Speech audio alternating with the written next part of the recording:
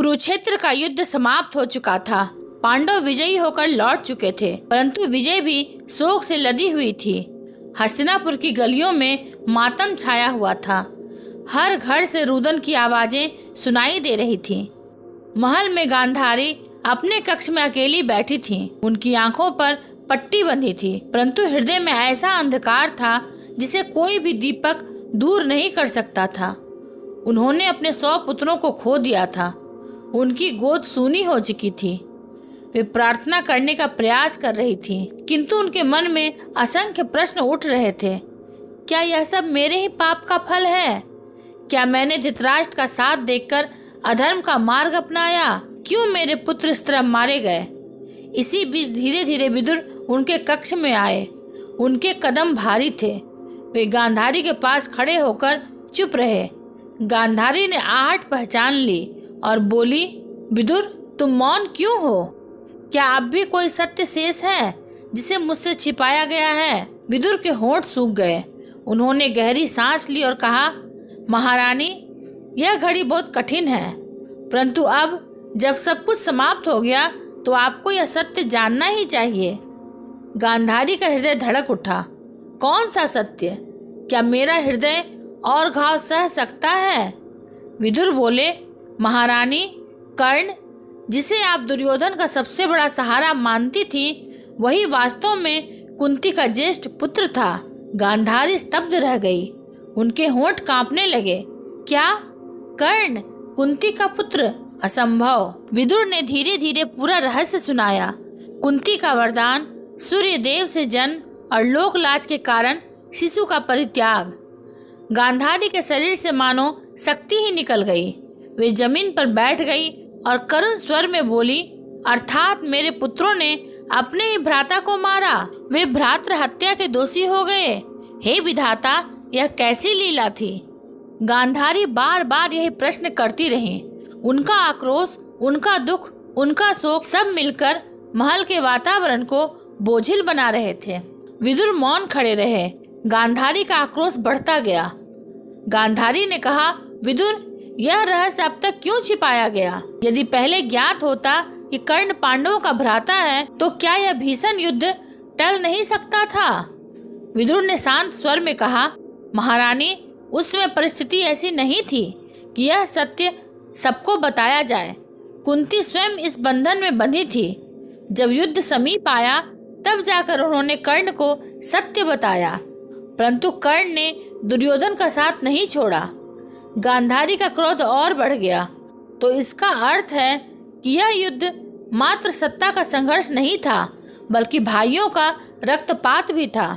मेरे पुत्र अहंकार में लड़े और मरे। हे भगवान, यह कैसा अन्याय था? विदुर ने गांधारी के आक्रोश को शांत करने का प्रयास किया। महारानी, यह सब नियति थी। कर्ण ने धर्म और मित्रता के बीच चुनाव किया। उसने दुर्योधन को मित्र मानकर साथ निभाया। यही उसका धर्म था और युद्ध का परिणाम तो पहले ही विधाता ने लिख दिया था। गांधारी लंबे समय तक मौन रही, फिर बोली, विदुर, अब मैं कृष्ण से मिलना चाहती हूँ। वह सर्वज्ञानी है। मैं उनसे प्रश्न करूंगी, क्या यह न्याय था? गांधारी का क्रोध और शोक एक साथ बढ़ता रहा। वे विदुर से बार बार यही कहती रहीं कि कृष्ण से उत्तर लेना होगा। गांधारी ने संदेश भिजवाया। कृष्ण उनके कक्ष में आए। उनके कदम शांत थे पर वातावरण गंभीर। गांधारी ने सीधे स्वर में कहा, हे माधव, तुम सर्वज्ञ हो। तुमने यह सब होने दिया? मेरे पुत्र अपने ही भ्राता से लड़े। क्यों छिपाया गया यह सत्य? क्या यही तुम्हारा धर्म है? कृष्ण ने गहरी दृष्टि से गांधारी की ओर देखा और शांत स्वर में बोले, माता, यह सत्य कर्ण को स्वयं युद्ध से पूर्व बता दिया गया था। कुंती ने उससे भेंट की थी, किंतु कर्ण ने दुर्योधन का साथ छोड़ना उचित न समझा। उसने मित्रता को धर्म माना और उसी के लिए प्राण दिए। गांधारी ने आक्रोश से कहा, तो क्या यही धर्म है कि भ्राता भ्राता का वध करे? यदि सब जानते तो यह रक्तपात क्यों होता? कृष्ण ने गंभीर स्वर में उत्तर दिया, माता, यह युद्ध टलना संभव नहीं था। अधर्म का नाश और धर्म की स्थापना इसी मार्ग से होनी थी। भाग्य को कोई टाल नहीं सकता। कर्ण ने सत्य जानकर भी अपना मार्ग चुना।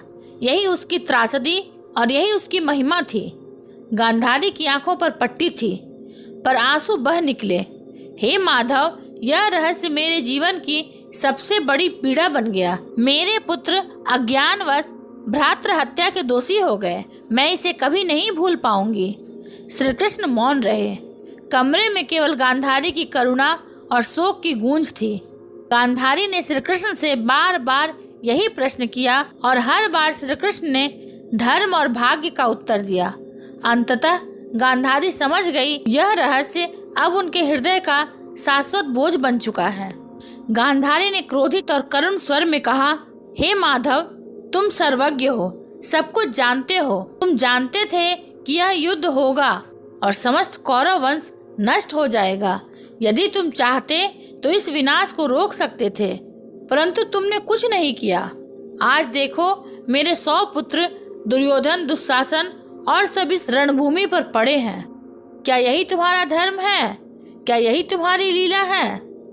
श्री कृष्ण ने शांत स्वर में कहा, राजमाता, मैं जानता हूँ आपके हृदय में कैसी वेदना है, परंतु सोचिए, यह युद्ध अधर्म और अहंकार की आग से जन्मा था। दुर्योधन ने अधर्म का मार्ग नहीं छोड़ा।